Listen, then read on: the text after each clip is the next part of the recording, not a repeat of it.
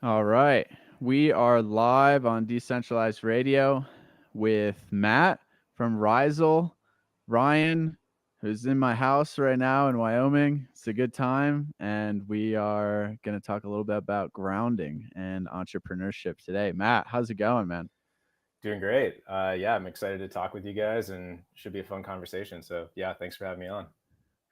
Think like I said pre-show, we've been trying to do this for quite a bit of time, but yeah, I've had the Rhizals for a bit, and then I was kind of like, when do I wear these shoes? A bit like too nice for me, but then the slip-ons, but then I was like, had this epiphany in the wintertime, they're perfect because you like to wear socks when it's cold, and they're easily able to slip on with socks, and then you can still ground. But maybe before we get into all that fun detail, how did you kind of stumble upon grounding, earthing, and then what really inspired you to make this brand? Because it's very much needed and it's really cool. And I think you're doing it in a really great way. And I'm excited for what's to come as well. For sure. Yeah, thanks. And yeah, glad to hear you're finding the right time to wear them, even in like cold climates and all that. Cause yeah, I'm thinking from the San Diego perspective, every day is pretty much the same. And like, I just throw them on literally every day of the year. Actually, in the last like 48 hours, it's been like pouring almost constantly, which is like not the norm here. So I was like, I need some more like waterproof shoes for the 2 days out of the year. But yeah, how I got into it, I mean, I've had like a long journey kind of in this health world and being interested in like alternative things like this, since we could go through that whole story if you want to. But, it started a long time ago. I started buying like natural soaps and stuff like in high school. I just got attracted to that sort of thing. And that led into diet, that led into, light and EMF. And, just you get pulled further and further down this rabbit hole, right? And I think really in the last, let's say like 3 years or so, kind of became a bit less interested in the like techie biohacky side and a little bit more so just in like nature, right? And like these free things, most of them are free, that's kind of when like cold plunges started, and that's when like people were really getting more serious about like sun exposure and things like that. And I don't even remember the first time I heard about grounding, but it was somewhere in that era. I was probably listening to like bulletproof radio back in the day, like 2015 or something, and like it was just like one of those 12 different odd things you would like do, right?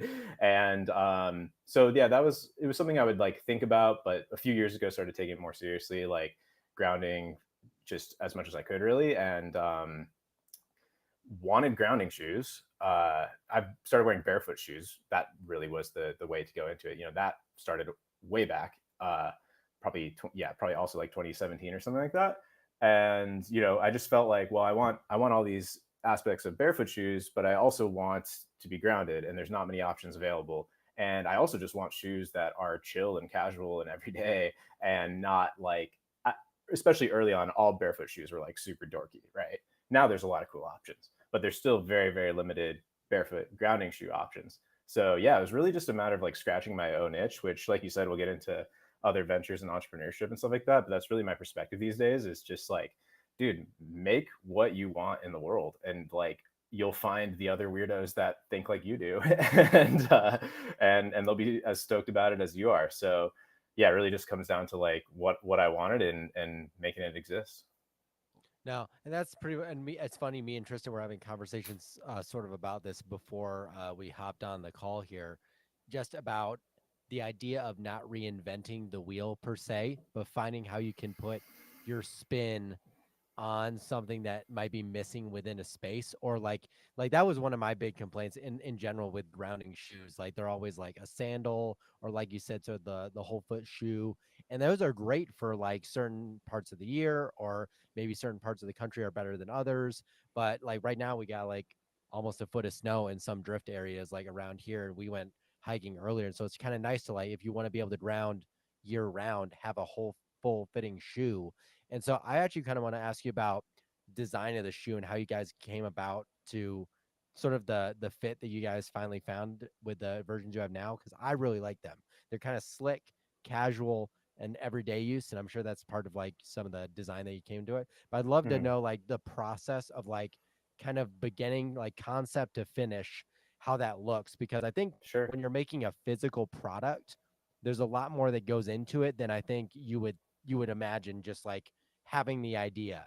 There's a like sourcing and all this stuff. I mean, obviously, like Tristan's doing that right now with Wyoming Based and stuff like that. So it's super fascinating to hear about how you figure that stuff out. So maybe you can kind of tell us a little insight on how you got it from like vision to product to sale, you Absolutely. know? Yeah. And yeah, I want to hear more about Wyoming Base as well, because that's awesome. Congrats on getting that out there. That's great.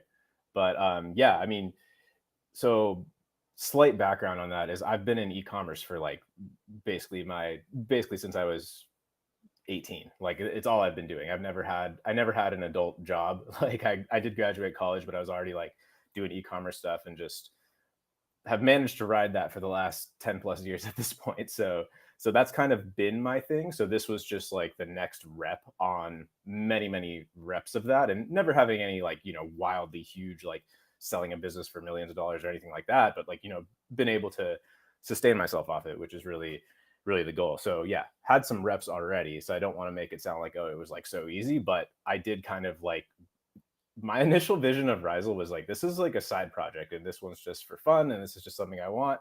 Put like probably the least investment I had put into a new brand in a while, and was just like, let me just throw this out there and see, I want to make it, and I'm sure it'll be a fun little side thing. Ended up getting more legs than I expected. So yeah, now it's kind of the main thing. But yeah, from on the design perspective, I used to wear slip-ons all the time. I used to wear Vans slip-ons like pretty much every day of my life. So I kind of see it. I know some people see them as more fancy, some people see them as more casual. I think they're really like versatile in that way. Like you can dress them up, or you can just like, I mean, I'm just wearing them like in shorts, like around the beach and stuff like every day, right? But yeah, it's kind of like a grown-up Van slip-on in a way. At least that first style is kind of the way I see it. And then like the Joro style that I know you guys are about to get. That was kind of like inspired by actually this like one particular shoe that I had like years ago that like had this like similar cut, or kind of like Clark's desert boots and stuff like that. But yeah, stylistically, it was almost like I wanted to be a slip-on, but more importantly, I wanted as natural materials as possible, because that's really rare in shoes in general.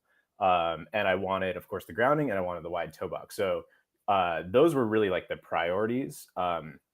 And then design wise, I found just the way I come up with like sourcing and through all of that is like, you want to find some manufacturer supplier that is doing something at least remotely close to what you're looking for, and start there, and then be like, okay, can we tweak this? Can we tweak that? Can we change this? And that really accelerates the process quite a lot. So I found some, shoe workshops that were making some, not grounded, not all of that, but like a relatively simplistic leather slip on. And that was kind of like, okay, this is a starting point for putting my spin on something that already exists and is out there. So from there, it was just like several months of iterations of samples and things like that. And then just kind of like doing a soft launch with pretty small inventory. And then we were back ordered for like months after that. But that's kind of how it started.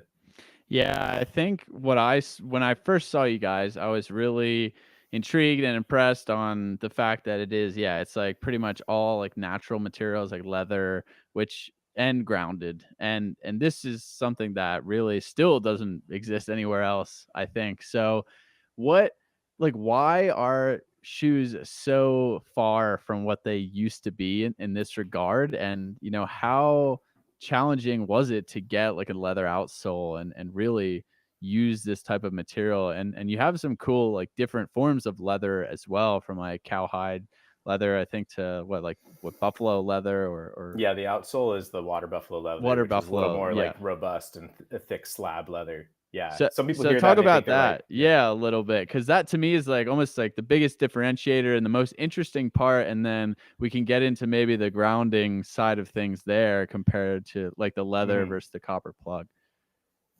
Yeah, totally. So it'll actually get more interesting as we look back on this in the future, because next styles coming out are like completely different manufacturing process and stuff like that. But the end product is essentially very similar in terms of like the leather outsole and all of that. But Yeah, this style of shoemaking has been done for hundreds, if not thousands of years in this area of Turkey. And I was able to just like stumble upon this style of like Yemeni slip on that already does a lot of this construction. Like they've already used like leather outsoles. Leather outsoles actually go way back, right? But now they're just like there's a layer of like tire on the bottom, essentially, right? Like so, or even like you go back to cowboy boots or something like that. And of course, leather goes way back. But your question is really like quite deep because it's like it really applies to everything. It's not just shoes, right? Like what happened? What the real question is, what the hell happened to everything, right? Like why did everything get so screwed up? And I think that a lot of that comes down to like economics, as I'm sure you guys get into a lot on this podcast with decentralization and stuff like that. But yeah, I think we're just like in a very screwed up economic time where everything is cheaped out, everything's being replaced by plastic, everything's being replaced by seed oils and you know chemicals and products, right? And I think just we saw that same thing happen to shoes, right? Like how do we scale manufacturing, i.e. making them out of plastic in factories in China? How do we get costs down, using plastic synthetic materials? How do we come up with like some weird tech angle to like claim like they're super absorbent so you can jump 8 feet tall or some shit? And it just like it's technology, you could say. But I kind of think this new wave of products, the technology is actually like the removal of a lot of those things and back to basics. So that's kind of what Rhizal is. It's like, well, can we remove the rubber sole that is good for blah blah blah reason? Can we remove the plastic padding in the arch support, and really just like simplify it back to basics, which is essentially how shoes have been made for probably thousands of years. Slab of leather, other natural materials as well are fine and definitely things I'd like to expand to. But like you guys, I like the sort of animal based leaning side of things, and I think the fact that it's leather makes me feel connected to that. And I've always liked leather, so that was kind of just like um, a big influence for me. Was I like leather things. I've always liked leather wallets, belts, shoes, just anything leather has always like felt good to me. And that was something I wanted to achieve with that. But yeah, as far as on the manufacturing side, finding workshops that were already making that. Like, yeah, maybe sometimes they were adding rubber or plastic stuff as well, but sometimes they're not. And just being able to like work with uh, suppliers that already understand that process and like what we can subtract, what we can add, things like that. So It this is kind of more of a random question, but it kind of came to me when you were talking about the legislature. It's kind of two different questions, so I'll kind of maybe hold one for later. But like for me, one of the things I think about when it's like, okay, because I'm like you, like the more you've gone through your journey, the more simplistic I think things become, and you sort of like almost search for simplicity because you find that the answers you're looking for like lie like within nature and all that stuff like on its head is really simple. And like of course like the nuances are complex, like probably trying to figure out how to remove like certain things that have been done to shoes that have made it probably cheaper to make and manufacture and stuff like that. How like have you guys like remained competitive? Obviously it's a niche space, so you have like in a sense that can be a strength and you probably like lean into that. But I Mm-hmm. love like because of it like because it is so natural and stuff like that. Obviously, my first like thought goes to like okay, price of like manufacturing to make a really high quality product that like works for one for what it is, and then also like is built to last. Because to me, Sure. when we were talking about TVs earlier, or monitors and keyboards and stuff, because Tristan had some shit that just kept breaking all the time, and it's just been like a theme that over the years, like things have gotten maybe relatively more affordable in some cases, but they break so much faster. And so you have to re-up it. And Mm-hmm. so the quality is way down. And I wouldn't even say like affordability is some things are better, but I'd love to hear about like how you guys, the thought process around that, because I don't come from like your commerce background. So I'm just trying to Mm-hmm. wrap my head around the idea of like how you scope these things out and how you view like a market and sort of things Mm. like that. Yeah, there's definitely a few sides to this, but I mean, ultimately, from like the selling a product perspective, like the margins have to be there. And I've been in businesses and had products where like the margins get whittled away, and that's really tough.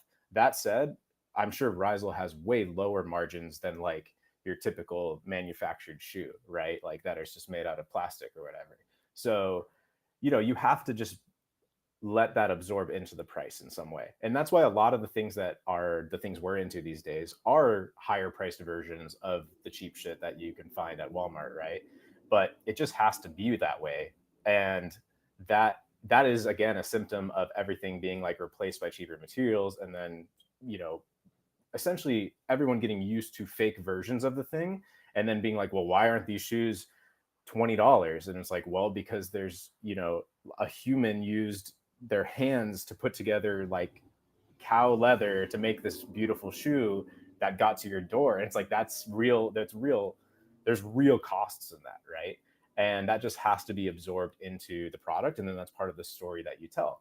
And that's why like rubbing beef tallow on your face is also more expensive than like whatever, I don't even know what brand of regular stuff people use, but like or like grass-fed beef, or you know tallow tortilla chips, or whatever example, right? Like all these things are expensive versions of the cheap fake stuff.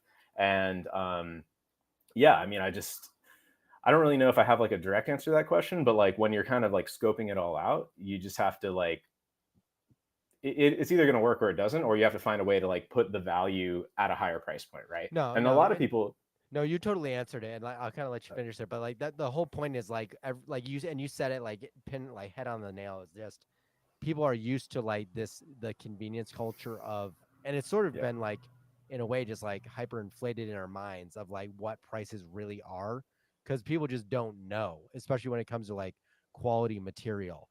So it's yeah, just one of those things. yeah, it's like real stuff has real costs, and it has to cost more. Like, if you wanted to get like, I think I used this example on another podcast for whatever reason popped in my head, but like if you wanted like a spatula for cooking, like back in the day, that would have been like hand whittled out of like wood by like an artisan, and then like, made out of like local walnut or something. And to get a spatula like that today would be like $150 or something. It wouldn't make any sense to most people, but that's the real cost of a real item. We're just used to like plastic stuff these days, but yeah, and I think there's trade-offs with natural materials as well, like when it comes to costs. Like, on one hand, they last more in some ways, but in other ways, like synthetics are good at a lot of stuff, right? Like the reason people love synthetic shirts and stuff is because they like last forever. They're exactly the same for a very long time, right? Whereas you get like 100% organic cotton t-shirt, and it like kind of like changes after you wash it a handful of times, and some of this stuff doesn't necessarily last as long, but it's real, right? And it's like, I don't, for me, it's almost more about that side. Is I want to feel good about the materials I'm putting in my body and supporting and paying money for and things like that. Um, and and back on price, like a lot of people do think Rhizal is too expensive, and then it's not for them if they don't understand that and value that. But that's the price that it has to be, and I think it's like appropriate, and clearly a lot of other people do. But it's not like a $300 shoe or something. There's definitely $300 leather boots out there. It's like half the price of that. But yeah, like you're not going to find handcrafted like all leather grounding shoes for like a couple bucks or something. So just have to bake it all in. Yeah, and I think it's just like the reality of it, and people need to realize that. Definitely, it's the same boat with, using like 100% wool for clothing. Like it's not going Yeah, to cost, like a sweater's not going to cost like $80. Like it's just not. exactly. It's not even real. And the thing that I'm curious about, because we see this on the apparel side, is like this vanishing of this knowledge of manufacturing with natural fibers or natural materials like leather, like wool. Um, it sounds like you went on kind of like an Easter egg hunt and found like good suppliers. Do you think this is like a major problem, or do you see kind of a resurgence happening? Because I see it kind of like there is this resurgence on the consumer side, on the brand facing side, but then in the manufacturing, there's still like less and less availability for people, especially in areas like the United States. That know how to work with like natural fibers Yeah, and natural materials.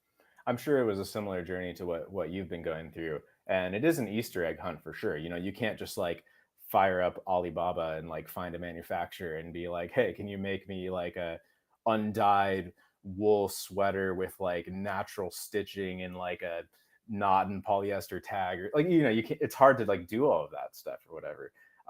But yeah, all I have to really say there is just like, yeah, it is an Easter egg hunt, and it's like digging and finding the right partners to work with who can make stuff. And at the same time, I do think that it's a movement. I think there's a big shift going on, and I think that we have a bit of like a micro economy here of uh, brands that don't want to do it like the current status quo way. They want to do it like the old natural way. So, it's all just natural economics and stuff. And like, if the manufacturers have the opportunity to get those clients, then they're going to shift, right? Like, if suddenly everybody in the food industry is hitting up every food manufacturer and being like, hey, we want to use tallow, we don't want to use canola oil, then like over time they're going to shift, and then it gets wiped out, right? Or it's just become standard and more accessible to find those manufacturers. But until then, yeah, I think you kind of have to. I'm sure you're probably not working with some giant manufacturer, right? You probably found like some like specific niche, who knows, maybe it's a handful of people. I don't know exactly the situation of your supplier, but like, it's probably not like some mega corporation or something like that's making them. So yeah, it's just about kind of finding the right partners that like do have those values and understand how to work with those materials, and or just can be open to your what you want, right? Like, sometimes just a smaller manufacturer will be like, oh, okay, like, well, they want me to go through these couple of hurdles, but like, they're willing to do that if you're valuable to them, right? Yeah, and then basically the question that always comes up from that is like, is this stuff scalable? And could we, could everybody have a pair of Rhizals, or like Mm, 100% wool sweater, or eat beef? If we all ate 5 pounds of red meat a week, it's right. always what comes up. And to be honest, I don't really know the answer when it comes to like clothing and natural fibers and things like that, but there's definitely a bottleneck from a manufacturing perspective, obviously, but then also the sourcing of the materials as well. I'm not quite sure. So it's always a fun thing to think about, but I'm curious, what your thoughts are. And you don't have to Yeah. have an exact answer either. No, It's I kind of a think fun thought experiment. I feel similar to you. I don't know. Like, yeah, can 8 billion people be eating regeneratively grass fed? Like, I'm not sure. I mean, obviously that's idyllic, and I would love to see that happen. But as of right now, I don't even think there's the demand there necessarily. But I Oh do yeah. think it's growing, of course, and that's why you see responses to that. Like, you see, I mean, let's continue with the grass-fed beef example. When I first started buying grass-fed beef, there was like one farmer's market guy that had grass-fed beef, and it was like, oh my god, there's grass-fed beef. Then a few years later, it's at like Sprouts for like $8 or whatever, from like New Zealand and stuff, right? It's like, it's not the same, but like, they're gonna find ways to like Hmm. circumvent the system and like get people what they want at that scale. um I don't really think about scaling Rhizal to that scale, to be honest. I think I'm just gonna like, I want to lead the wave of people who care about grounding, which is still a small subset of people. Will it be as big as like Vivo and barefoot shoes or something like that? I don't know. We'll see. But until then, I'm just gonna kind of keep putting one foot in front of the other and just like grow it as much as I can. But I also think like other materials, like, I don't think Rhizal is about, like I said, there's kind of a few priorities: grounding, barefoot, natural materials. I love natural materials, but I think in the Rhizal value hierarchy, it's kind of actually like the third one. Um, Not to say I would like, pump out some like synthetic shoe or whatever, but there are other materials that I would be open to using that like maybe could be more scalable than all leather construction. Even rubber is actually a natural product. Like, modern rubber that's used on shoes is not natural. It's like, these weird synthetic polymers of like blended with whatever and a bunch of dyes and crazy stuff, right? But real natural rubber comes from rubber trees. It's not grounded, it is insulated, but you could do like a true natural rubber sole, still figure out ways to ground it, whether that's the current copper plug or some other sort of situation. I could use like textile uppers. I'm not opposed to that.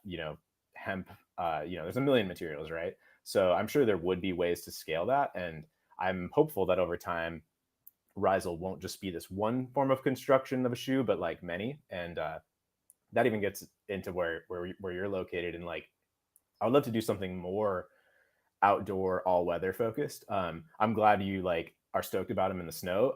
I do feel like they're not, as you've probably noticed, they're not like 100% waterproof. They're not really like totally ideal for that, but like you can kind of pull it off. And just like traction wise, right? It's just a slab of leather.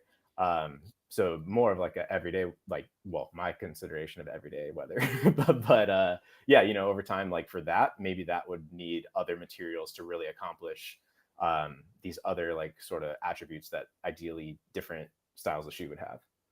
Yeah, and that's kind of, it was kind of like obviously a trick question because the only reason these crazy corporations are getting these prices, it's all economies of scale, and then it leads to the centralized mess that we're in. So I think it's great to have multiple smaller companies like carving out a niche Totally. and really just focusing on quality, because I will say at any scale, like at a certain point there will always be a compromise on quality. Like once you get so big, Hmm. like it's just gonna happen. So it's better for, I think, the customer, the consumer, to have these small, medium-sized Totally. companies that are real, and you can be profitable like heavily if you just run a business correctly, right? So a couple thoughts on that. One is that yeah, as a consumer, I prefer to, I would rather buy a product that I know is like, I know who's literally making it. Like even Rhizal isn't that cool. Like if I was like literally making these like myself and being like, hey, like this is like something I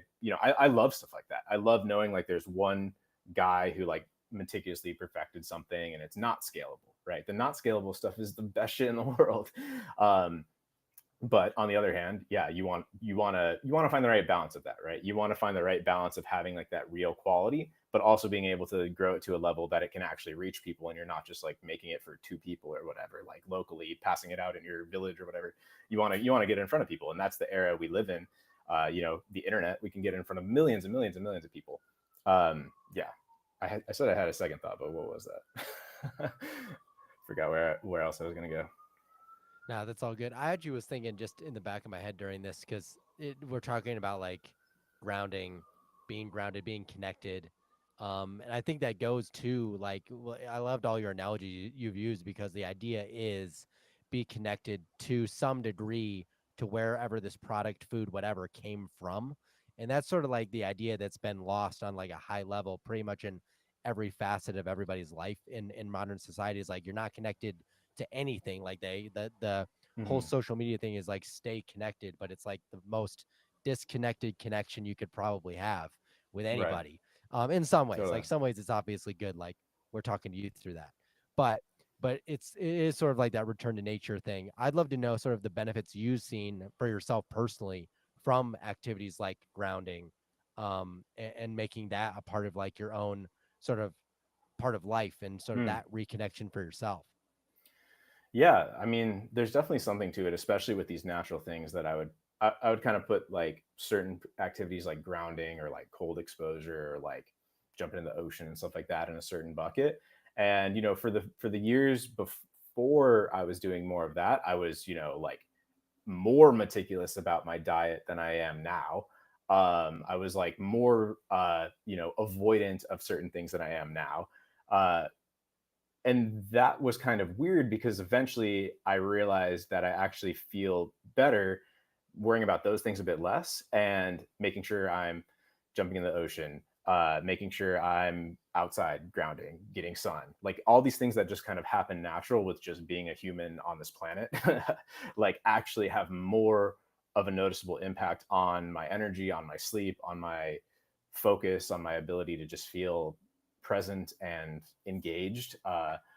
Yeah, I feel like that was kind of where I started flourishing a bit more than when I was like, head down in like nerdy biohacking stuff or like measuring things so much. At least for me, like not to say those things are all bad. I still do a lot of those things.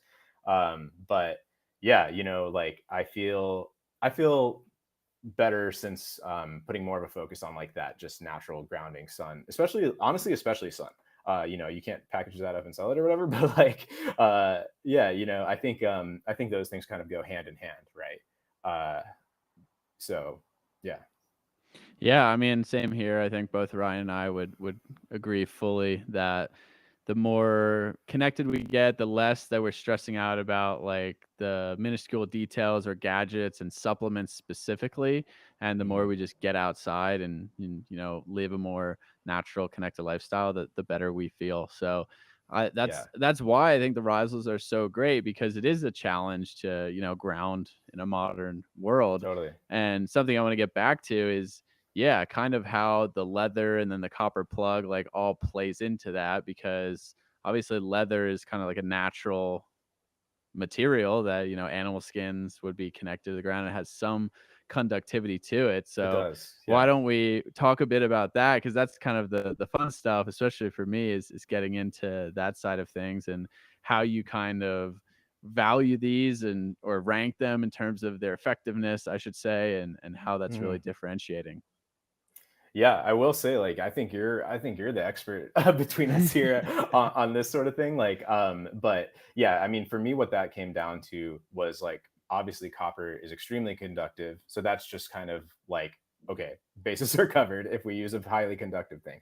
But you're absolutely right, and I have like even just a basic like continuity meter. You can show that without the copper, it still is in continuity. But then like down to the testing that you've done a lot of, yeah, is the level of conductance the same? I'm sure not. And I should that'd be really cool to like publish some more kind of like data around that, like show Rhizals without the copper plug, show Yeah. that they're still grounded, but like show the differential in effectiveness between having the copper plug or not. So it was really more of just like a simplistic decision of like, okay, well, if the copper is there, then it's certainly maximizing, well, not maximizing, I mean, you're not like standing directly on the earth is going to be maximized, but having the copper there is clearly going to have like a point of intensified conductivity versus just having leather. And honestly, just gives you peace of mind that like I am definitely grounded if I'm touching this pure copper plug that is also touching the earth. Whereas with the leather, you're kind of like, well, is it grounded? Is it not?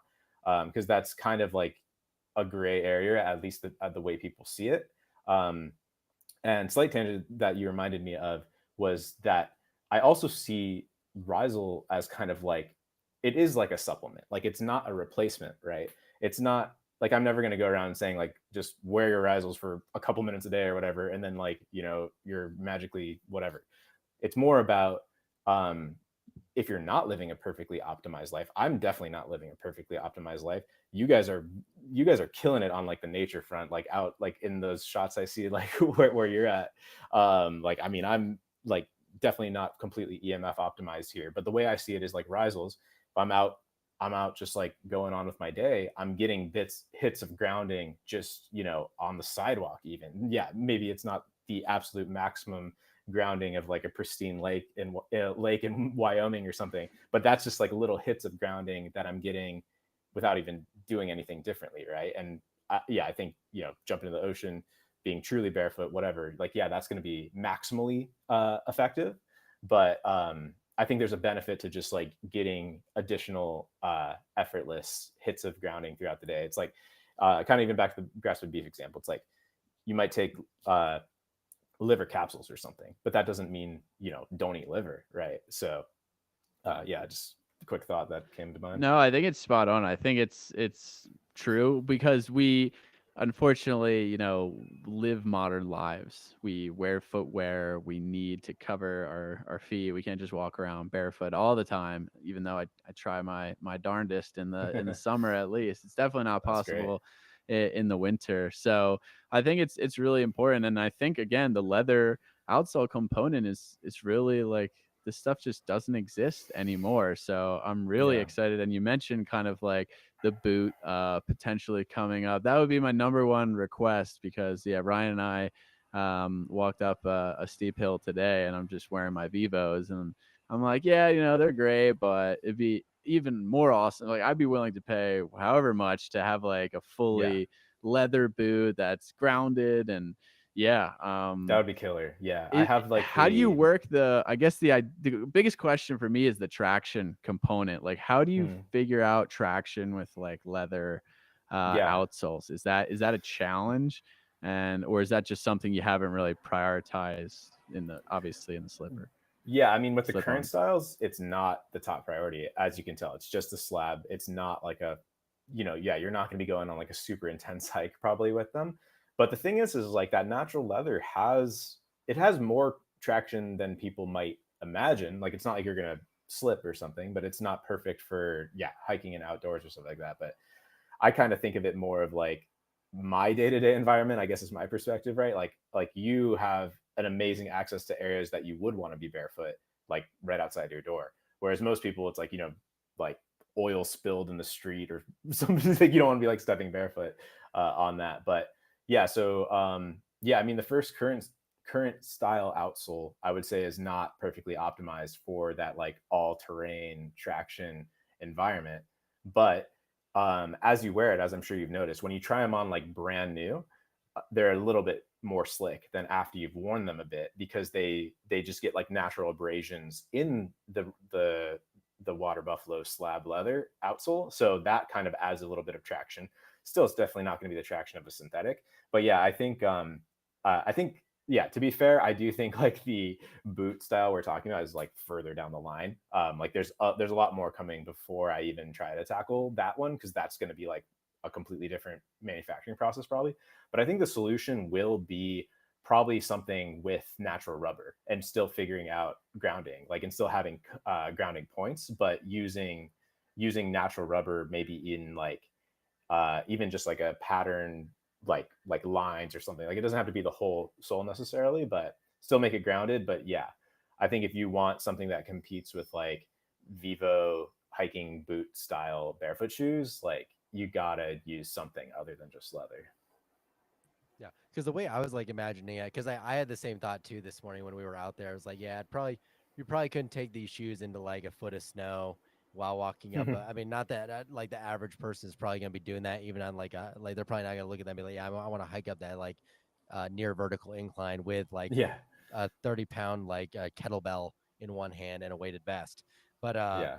but yeah, the one thing I really like about them, because I've had clients of mine ask me about, like, I would tell them like I would show them like, for instance, the grounding sandals that I would use in the summer, but they would ask about like full-toed shoes, and I just really didn't like know of anybody really doing them, or if I did, I didn't know if they were like legit. You know what I mean? And that's what I really like about you guys. Like you're very like forthright with like the material, like what's going into it, and you can kind of prove like the conductivity, is like Tristan's done with some tests Yeah. with your guys' shoes. And I do like the fact that it's like, if I live in the city, I'm in Salt Lake City, so if I want to like walk to the park, I can like take those and like walk on the grass and stuff Yeah. in fall, like spring when it's still kind of chilly, and not have to like put out like throw on my stinky sandals that probably smell like dead feet or something by now, because I like worn them out in like in 1 year. I just like, you can see like the black print of my foot on the bottom of the shoe. So I really like that it has that versatility already in it. And sort Yeah. of like, I wonder, did you guys think about that? Is that why you guys sort of made the closed toe shoes? I know you guys kind of envisioned like, what shoe would I want to wear? Because everyone Yeah. else was just making kind of sandals. So like the closed toe thing is like good.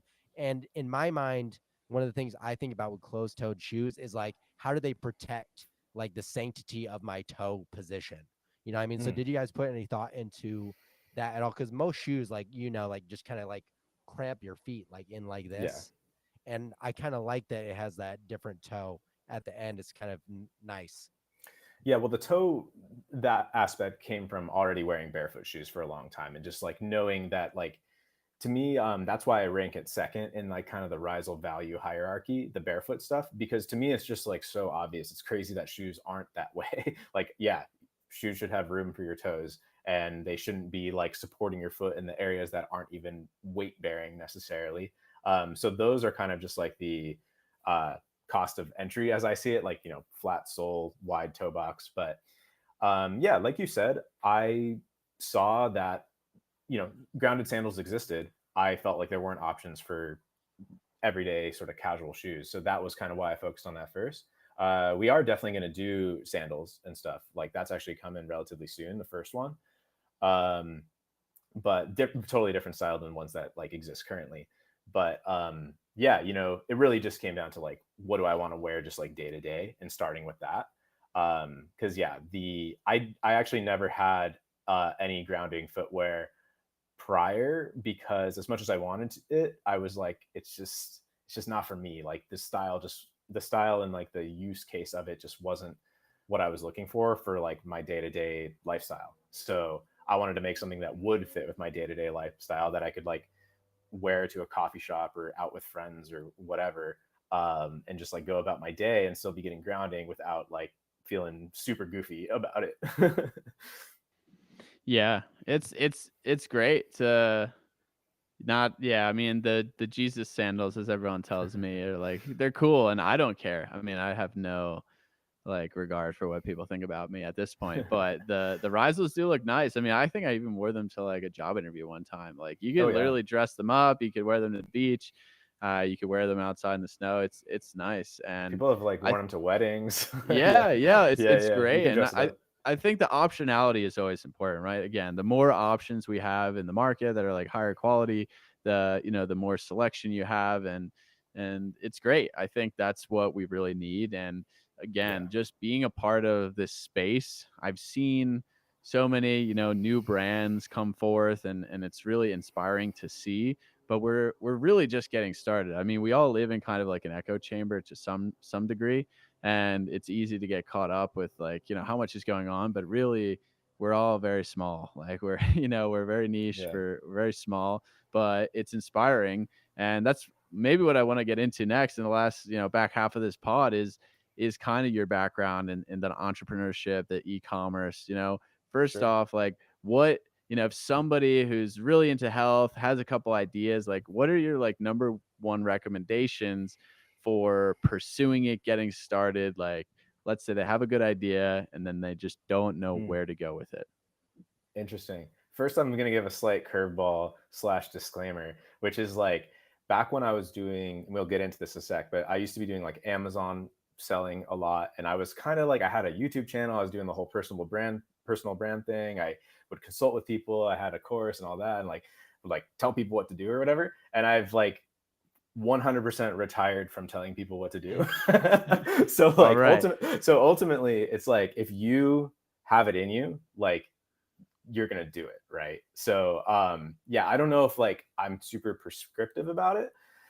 And it doesn't have to Yeah, be. It's kind of just like, lessons learned, or just sure, yeah, inspirational, yeah. I just knowledge. wanted to say Just that because yeah, I think there is a lot of like this is happening. This happens in like the health influencer space and the business influencer space, whereas people just like assert themselves as like, here is what you must do, and I've just developed like a massive aversion to like all of yeah.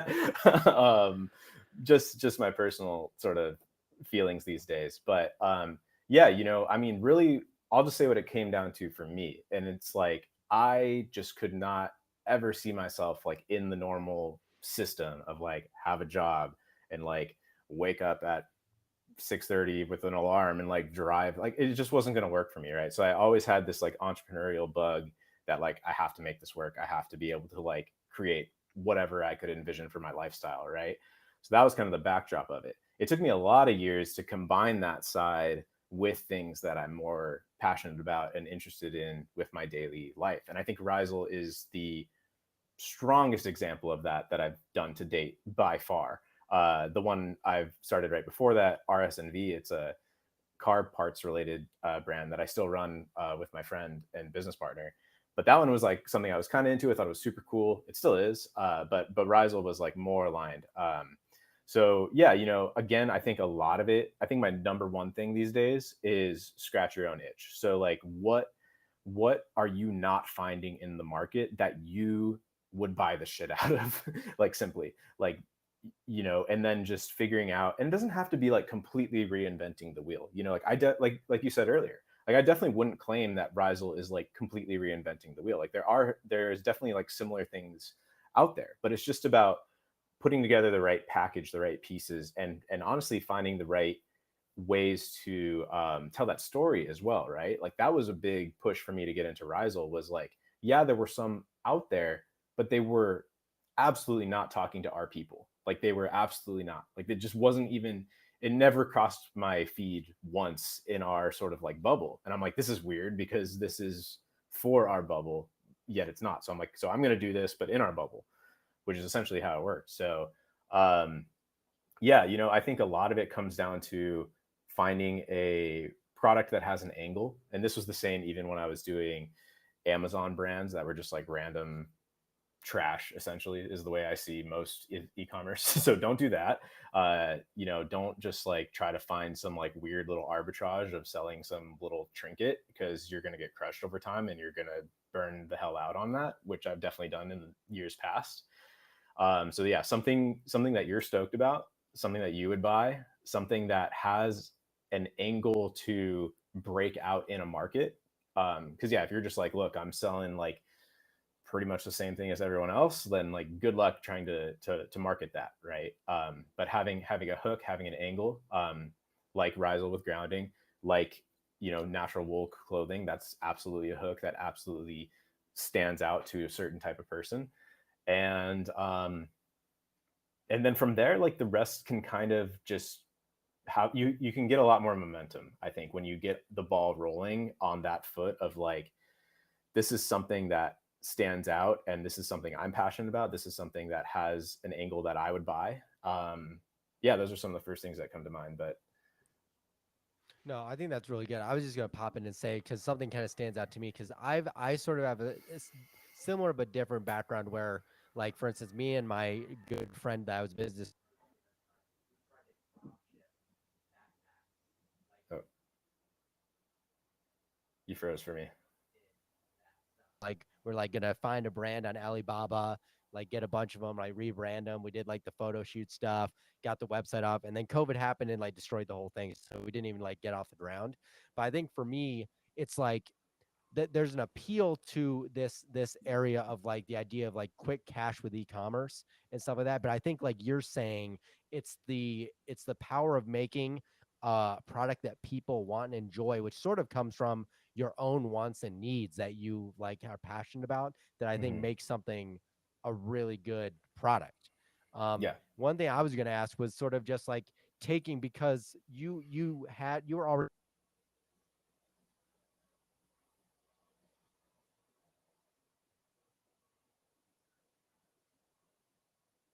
whatever that may look like. Do you have any sort of general advice as far as like mindset shifts? Because it's a very different world than working in a corporate space and Mm. having that sort of safety net of stuff. So how have you Yeah, navigated like that like idea of like sort of the fear of scarcity, I guess, is like a very totally. easy thing that can come into things. Yeah, you froze for me for part of that, but I think I got the gist of it. Okay. um uh Yeah, I mean, I think a big part of it is being okay with the risk, and being in a position where you honestly, I think being the best way to go into this is to have a bit of money that you're willing to lose. I honestly think that's the best way. Like when I used to like coach people on Amazon stuff, some people would come to me like so desperate. They're like, I have $800. Like I need to make like $10,000. And I'm like, dude, like this is not going to work. Like this is not the way to approach it. Cause like you said, that's like a scarcity, like fear place to be. But if you're like, yeah, you know, like I'm going to take this 5 grand, this 10 grand, and I'm going to just like give this a shot, see where it goes. I think that's kind of the right attitude. I don't have like I wouldn't go with like the super personally, like the motivation, blind confidence, like grind, crush it. Like I'm not really thinking in that way. It's more just like, look, let's take like a calculated risk. Let's like hedge the downside. Like, are you going to be on the street if you lose this 5K? Then you should probably be like more careful, or like, you know, like go into it a little bit slower. But being in a position where you're like, yo, like this makes sense. Like this 5 to 10K has the potential to turn into a salary replacing and then potentially 10x of that in the future path, then hell yeah, go for it. It should be like a no brainer to you. Which again is kind of why it's like, I used to think like everyone should be an entrepreneur. I was like militant about this. I was like telling everyone they had to be an entrepreneur. And then some people just don't do it. They just, and they're super hard workers. They're great at their job. Maybe they're like, you know, I happen to have a lot of friends that are like mechanical engineers, and I've always said to them, I'm like, mechanical engineers in e-commerce, it's like the match made in heaven, because it's like you literally know how to make the stuff. Like that's the secret sauce. But a lot of them just like haven't, I don't know, they've just like never given it a shot. And I'm like, why not? But I don't know how to like break that person out and get them to do it. But I think if you just already have that infection in your brain of like, I'm gonna fucking do this, then you're gonna do it. But yeah, I think the part of that is controllable is figuring out how to hedge your downside and take a controllable risk. But I I definitely, as far as e-commerce goes specifically, I definitely don't think it's like a great option to like make guaranteed money a lot quickly, right? Like you were saying, like it's not easy, but like if you build up a brand, if you build up an audience, if you kind of let the snowball accumulate over years potentially in an organic way that can scale versus like, you know, hacking like an algorithm on Amazon or something like that, then you're building something that could be, you know, grow organically over 5, 10 years, be sold. That was another thing. That was the thing I was going to circle back to earlier was when you said something about like these businesses are like super niche and small, but niche and small can be $20 million. Like, I mean, like a $20 million business is like a small business in the grand scheme of business, right? And I do think like we're absolutely going to see those in our niche. Like you're going to see, probably has already happened. I don't know examples, but like a blue blocker brand could sell for $50 million or something like that. Wouldn't surprise me at all, even though that's like very niche. So yeah, I don't know. General advice wise, yeah, I think if you have it in you, like figure out how to take those risks, and it might take a few reps. Like I think if anything, the thing that is my advantage at this point is that I've just taken reps and I've screwed up so many things, and I've I mean, I thought I had it made when I was like 23. I mean, like no joke. Like I thought this is just like up only, like easy, like made it. And then had a rough few years for sure and have lost a bunch of money on things as well. So but ultimately like the advantage that you have is like putting in those reps and having those mistakes. And then now I started, like Rhizal felt way more effortless than every single one before it, just because I've like thrown stuff together. And like if this is your first e-commerce right now, it's like if you did this again in a couple of years, you're just be like, oh well, now I know I have to do this, and you kind of accelerate the process and come out just like it's just gonna be a lot easier, right? So start putting in some of those reps and just try something. But it's got to be it can't just be like the Alibaba like change the logo thing, because that's tough. Yeah, a quick pause here for promotional partners since this is a live episode. We mentioned it once or twice. My new apparel brand, Wyoming Based, 100% wool, beanies, and sweaters, now available for pre order, made in Wyoming using local wool. And we are tremendously excited to help accelerate the readoption of US manufactured apparel and zero plastic and woke marketing. So check us out, wyomingbased.com. We have beanies, sweaters, and hopefully socks and more coming later this year. Second promotional partner, and one that Matt also may be interested in, is Daylight Computer. Daylight Computer is the world's first blue lit free computer. It is a tablet that is also available for pre-order, uses paper reflective screen technology, and we're about to release a podcast with founder Anjan this week, so you can listen in more for details on this. Really excited to help accelerate tech that may be healthier for us and less disruptive to our sleep and circadian rhythm. All right, back at it here with Matt from Rhizal, talking about entrepreneurship. I think everything you said was like spot on. It's really the way I see it. When I was young, I was like, I knew I wanted to do something different. I knew I wanted to like get out there, but I didn't really know what to do, what product to make, what business to start. And I was like, screw it. Like, I'm just going to start trying stuff. Like I'm young, like I'm taking calculated risks, but like the downside is not that high. Now I'm probably taking bigger risks. Like I don't have like a corporate job as of the moment to like fall back on, but I kind of have like years of experience. And then yeah, I was almost like waiting. I was like, I can't ethically like start a company that's not in my ethos in terms Mm. of like, I can't just start like a supplement company that's like some greens powder because I know it's bullshit. Like I couldn't do that. Even if you told me it would make me like $50 million, like I probably just like couldn't do that. And then I also just wouldn't be motivated. I wouldn't be inspired to work on that every day. Whereas if you have something really aligned, like Rhizel's, like, making all natural apparel or healthier tech, like I just mentioned, you're going to want to promote it. You're going to want to like work your ass off to like get this in the hands of people. And then when you do pitch it to investors or partners or whoever, they're going to see that you're fired up about this. So it's almost like going to increase your chance of success. But to anyone like who doesn't know whether they should do something or they're on the fence, like, hey, just understand like who you are. Are you still on this journey of like finding out what you're passionate about? Maybe like finish that first and then, yeah, stack some cash, get comfortable in terms of like your baseline. But then once you really dial it in, use your knowledge, use your experience. And like you said, maybe you do start something and you just learn from it. You build those repetitions. And that way, when you come across something that really makes sense for you, go full on it. But also understand, as you mentioned, you're not just going to be like, it's not just going to be like this smashing success. And that's probably going to take years, maybe decades. I mean, if you look at really the successful businesses that exist today, they've all taken such a long period of time. So I Totally. think it's really adopting a low time preference mindset and then understanding how that kind of fits into you as a person. Yeah. I would just add one thing that I do think like the alignment aspect of business, like how close is this aligned with my passion? That is definitely a spectrum, right? And, because I always had people that would take the opposite side and they'd be like, well, like my back's up against the wall. I have to be doing this. And in that situation, I understand it, right?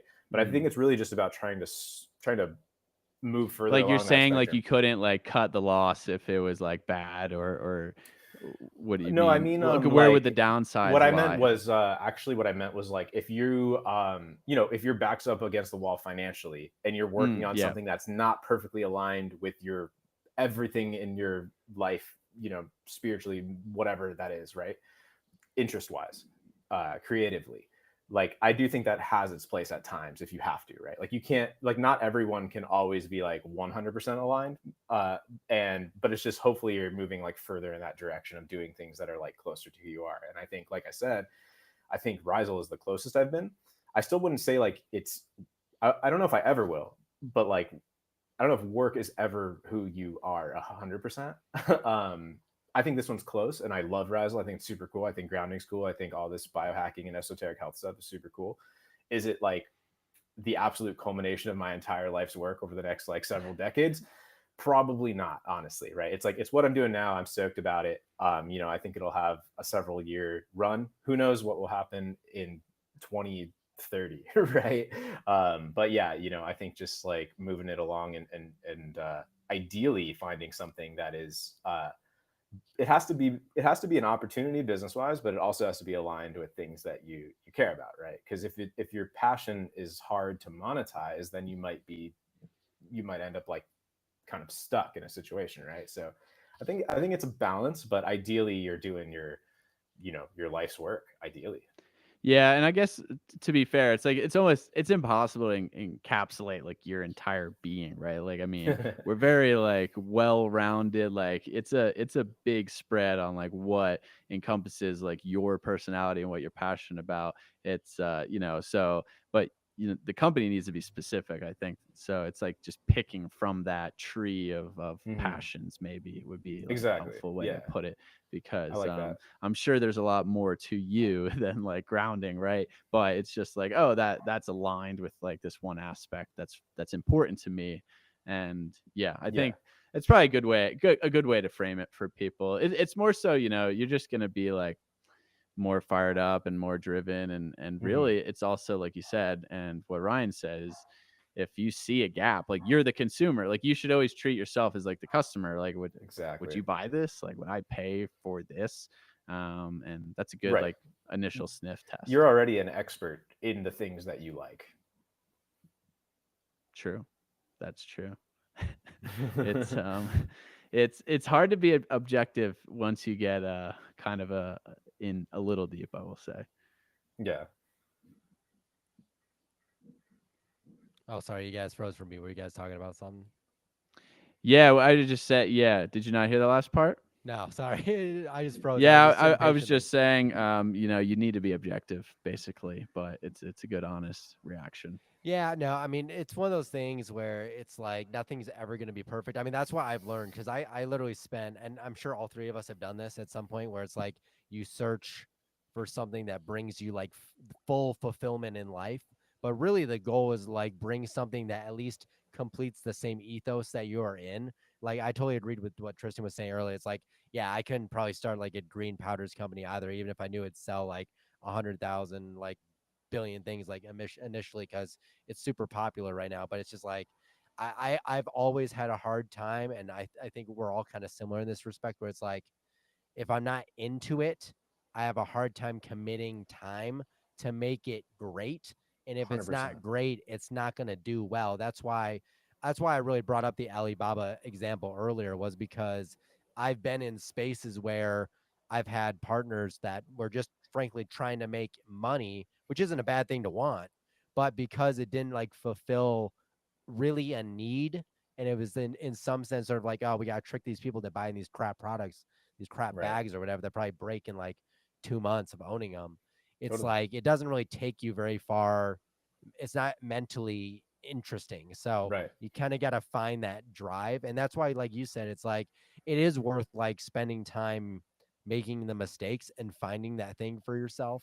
I want to actually ask you briefly, just this is totally off topic, but I'm interested. Your car thing. So tell me more about your car thing, just like very briefly, just because I come from like a car guy background, Oh, no way. and I'm just like kind of interested in like what that was all about. I've been Yeah, thinking about it no. for like 10 minutes. Yeah, go to rsnv.co. Uh, Okay. Same website, Instagram. But yeah, basically, we still run this.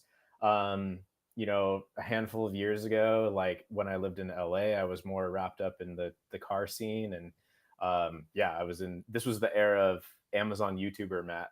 And I like got this like sick Porsche. I got a GT4. I was super stoked on it, and literally it was exactly the formula we just talked about. I wanted this part, which is the wing riser, because the GT4 has like this spoiler, like a wing on the back for aerodynamics from the factory. But while it's like a high end one, like the lower end ones don't have that at all. They didn't go all out with it like the super high end models. So basically, what our part does was like make it more like the even higher end models. So yeah, it makes the wing higher, essentially, is our core product. We have other products and more stuff coming for other GT Porsches. But yeah, so basically I partnered up with my good friend who was also he also had a Porsche and was like into this stuff. And he was also a mechanical engineer for Apple. So I was like, okay, interesting. I can do marketing online stuff.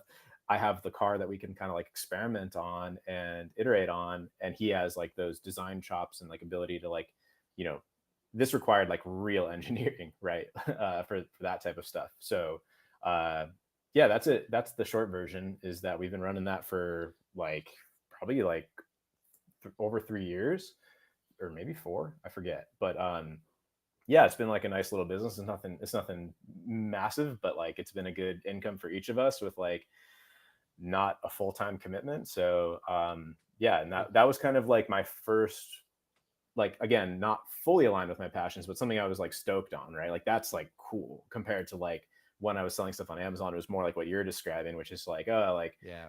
like, oh, this random thing on Alibaba can make 40% margins on Amazon if I send a container from China to Amazon. Like, it's just less Yeah, I interesting. mean, Yeah. in both aspects, you're really making like you're actually making something. Like for instance, my friend was partnered in a company where they made body kits for like the Toyota Supra when they Oh yeah. relaunched that in 2020. But like the Nice. idea is like it's niche, but it's specific enough that an audience that's really into it will get it. And it's putting that passion into it, which is like I think essential for having like a successful company. One Yeah. kind of follow up question to that one is sort of, when you have multiple ventures, how does one manage that systematic? Mm. I think you froze, but hopefully that was the end of the question. Yeah, if you figure that one out, Yeah, I still need that help because yeah, yeah. I feel like I just wonder because everyone I know has like these multiple things, and I'm like, how do you have yeah. the bandwidth to Well, like? one of the ways I see it is that like they're kind of like one business in a way. Like they kind of need the same things, which is why like I'm always thinking of new e-commerce ideas, and maybe I'll launch something in the next year or two. Like I'm not committed to that 100% yet, but I'm always brewing ideas, and I always have a running list of like some ideas that I could have been the next Rhizal, right? Or could be the next Rhizal for me. And yeah, again, the way I kind of look at it is it's not that much like running completely different things, because like really what I'm running is my creativity on top of e-commerce, right? And it's like these businesses need the same thing. They need products to be shipped, they need emails to be responded to, they need suppliers to be communicated with.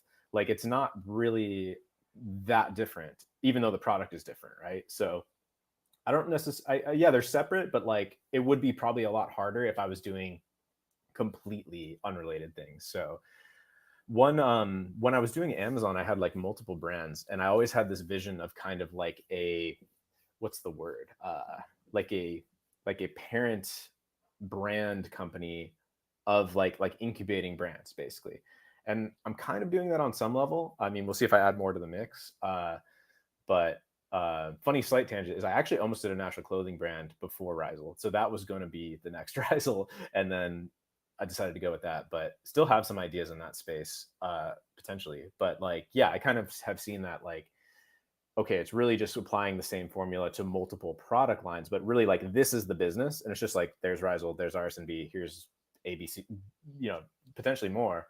And ideally get to a scale where I could even have like a team that's just doing the same processes across separate brands, and it's not really like completely separate operations.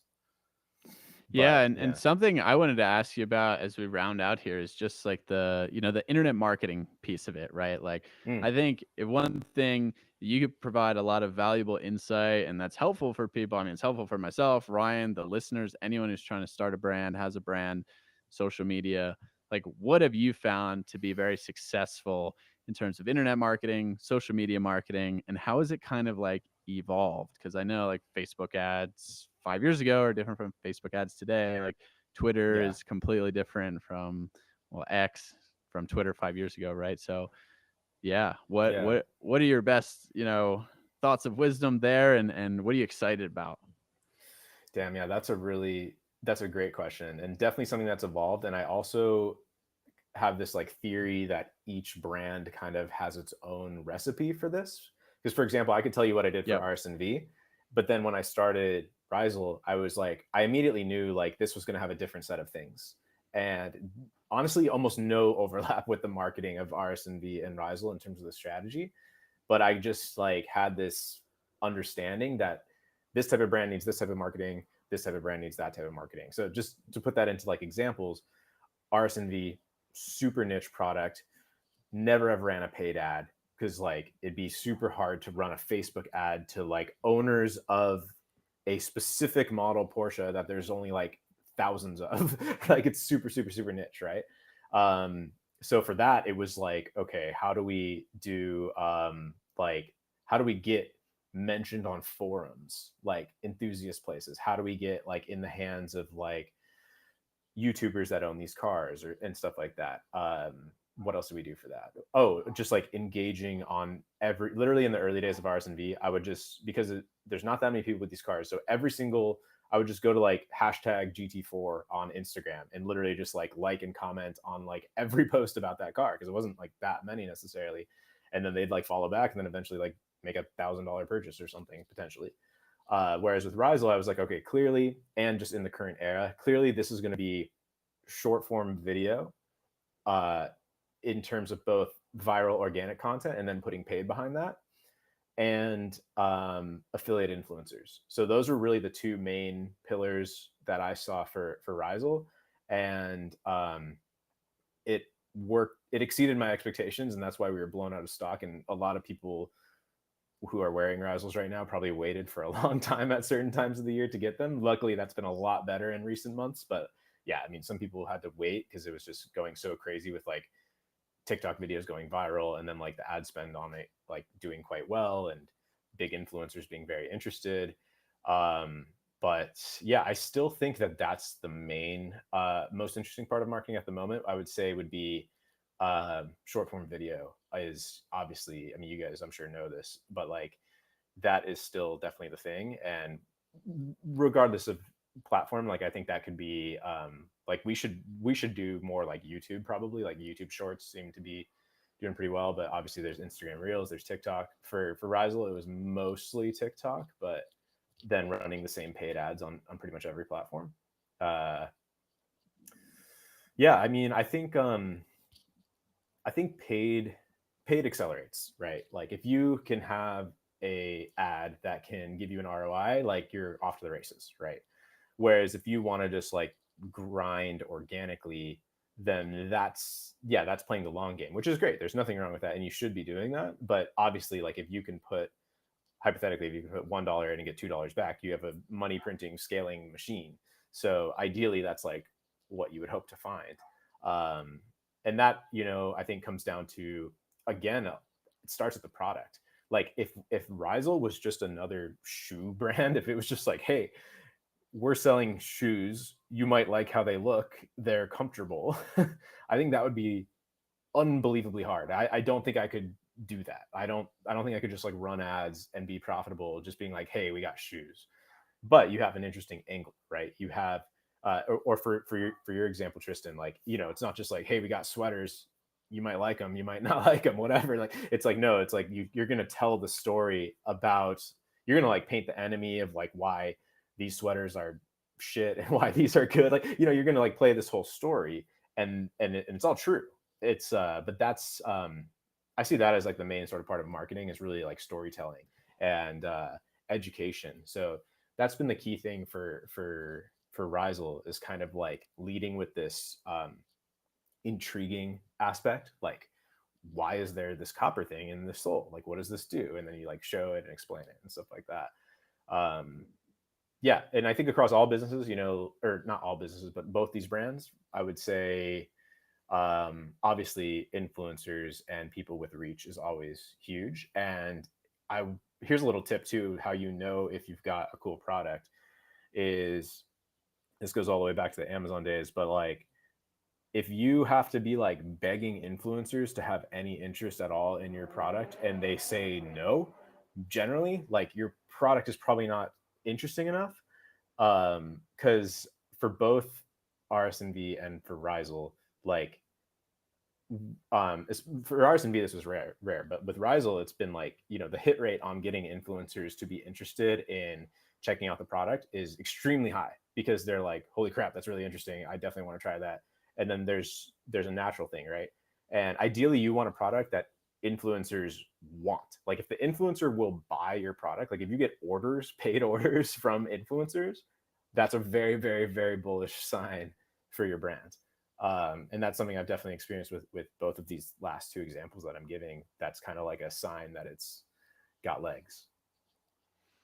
Yeah, that's exciting. I mean, I think it's really helpful. I think it's the day and age we live in, unfortunately, short form content. And I mean, it's cool because, you can just like get creative with it and then get people's attention in, a very short amount of time. And it's really just the name of the game today, Mm-hmm. and it doesn't take much to have something go viral, and it's cool. And I think that's why a lot of people are talking about grounding and talking about getting outside and sunlight and more Mm-hmm. esoteric aspects of health. And unfortunately that does require using social media, but fortunately it can have a net positive impact. Yeah, definitely pros and cons to that, of course. But yeah, I've tweeted about this in the past. I've been kind of quiet lately, but like I honestly think that brands can accelerate awareness around these issues, right? Because like Yep. a brand that has a money machine, hypothetically, around natural clothing, grounding shoes, like whatever, tallow balm, right? That the product the product is like the Trojan horse, right? The product people love, people talk about, they share it, they tell people about it, they're like, it becomes cool. Ideally, like the product actually leads the education. And then people are like, oh, what are those, like why are you wearing that, what's with the shoe, like what's with the yellow glasses, and then that leads to awareness around the harmful artificial light or insulated shoes or polyester sweaters, right? So that's something I think about a lot, honestly. Yeah, I think brands are the way to accelerate these movements and gets people interested, probably more effectively than just like pure education, right? Like I think pure education is great and has its place, of course, But I think the brand machine can kind of accelerate that and pour fuel on the fire and like get these things out. And we've seen this with like honestly everything in this space, right? I mean, like now the greens example is coming to my head. Maybe not the best example, but like I don't know, like a brand accelerated that, right? Like let's say you wanted people to be having more greens, which sure that's an argument. Then the product is what accelerated that. Like people aren't like, I mean, people are making their own green juices at home, but a lot more people are you need to buying a product. provide like the solution. Like Hmm. you have to have the alternative, or else like Hmm. no one's gonna care, right? They're not gonna go really out of their way. Like very Hmm. few people are going to like put a grounding rod in their yard like I do. Like no one's going to do that. No one's going to go the longest length to like get the health benefit. They want something that's like, oh, I have this thing, and now Yeah. there's a thing that's the same thing, but it's better for me. I will buy that because it's better for Yeah. me, and that education is coupled with a solution. And yeah, I think you're spot on. I Yeah. mean, and we It's need way more more of these. scalable. It's way more Yeah. scalable and accessible. Like how many more people are taking liver capsules versus chopping up raw liver and eating it? Like Yeah. orders of magnitude more people, right? So yeah. Yeah, the barrier to entry is far lower, and that kind of just always plays into the psychology of Yeah. consumers. Yeah. And there's just like, I mean, yeah, good or bad, we live in like a very like products and culture, consumerism and culture are like very, very, very linked, right? And like people kind of get like, not from all products, but people kind of get like status from products, right? They're like, oh yeah, like I'm sleeping on this like wool pillow. That's awesome. Those are awesome, by the way. But like, you know, it Shout out becomes, Wilshire. yeah, it becomes like cool, right? And it's like, oh, like you got one of those. Oh, you're wearing Rhizals. Oh, you're wearing wool sweater. Oh, you're wearing raw optics. You know, it becomes there is that. I'm not saying that's good or bad, but like it just is something I notice. Like you could call that ego, whatever. We could go that way with it, but it just happens, right? It's just a natural thing with products. Is like people want to feel like they discovered something early. Maybe that's kind of like the root of some of these things. Like you're like in the know. Like it was cool. Like raw liver was cooler before everyone knew about it. I don't know. Just it's interesting, but yeah, these things kind of these things are like waves, right? Like there's these trend waves over years, and this is a broad entrepreneur learning. I should have said earlier, which is for many years I was early to recognizing these trends and didn't necessarily, you know, launch the business. Like I had the idea, but I didn't go for it. Whereas like this grounding Rhizal one was the perfect example of like really launching it at what you could say was like quite early in the trend, but not that, I mean, people were talking about this 10 years ago, but it was definitely an inflection point around that time of like the awareness kind of like finally reaching velocity in the last year, right? Which was like exactly like the timeline of Rhizal. And man, I don't even know the formula for that, but I think honestly, it goes back to like what you care about. And I think you're naturally tapped into the things you're interested in. And we, in our sort of esoteric health space, like we kind of have a sense for what's starting to bubble up as like the next Accelerate. interesting thing. And, Yeah. you know, in some of those cases, they could be businesses, or maybe they could just be like, go outside and get more sun, which is great too. But yeah, you know, I think playing long-term trends is good. I think short-term trends I would avoid in terms of business and products. Like you don't want something that's like, you know, the fidget spinner of esoteric health, but you do want something that's like likely going to be larger in a few years. Like are people going to be more aware of grounding in a few years or less? Like probably it's I think it's going to continue. Like it's not peaked. Yeah, I think the trends and the timing is important because yeah, like you said, if you launched grounded shoes like 15 years ago, you probably make $0. I mean, Yeah. it's unfortunately the reality, but for me, and that's why I'm so excited in general, is health is the trend, right? Like being Hmm. aware of health is definitely a trend, and it's because a lot of people are getting sicker, but it's also because the age of information, and we're actually able to communicate a lot of these things, Yeah. and it's really cool. So I'm excited about it. I'm excited for Rhizal.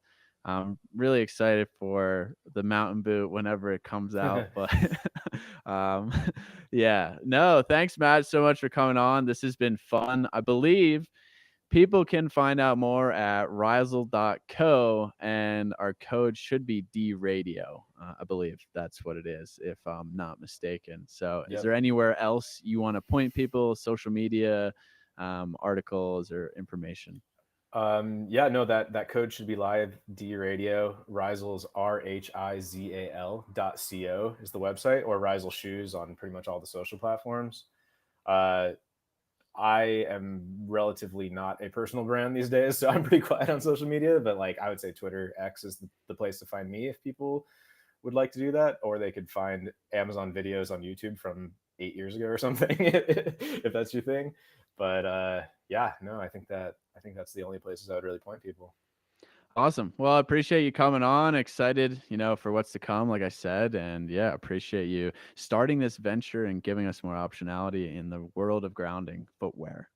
Absolutely. And yeah, I'm excited for what you guys create and what everyone listening to this creates in this space, because yeah, it's definitely a mega trend overall. People caring about health, people caring about natural things, and getting back to the way things should be before everything got screwed up. Hell yeah, we love that. Yeah, shout out to everyone who's on that fringe that's interested. Thanks so much, everyone, for listening. We will be live Tuesdays, 4 p.m. Mountain Time, 6 p.m. Eastern, 3 p.m. Pacific. So tune in, ask some questions, and yeah, we will be releasing our standard podcast Friday morning. That Daylight Computer is coming next, so that's an exciting one, folks. Thanks so much for tuning in. We will see you next time.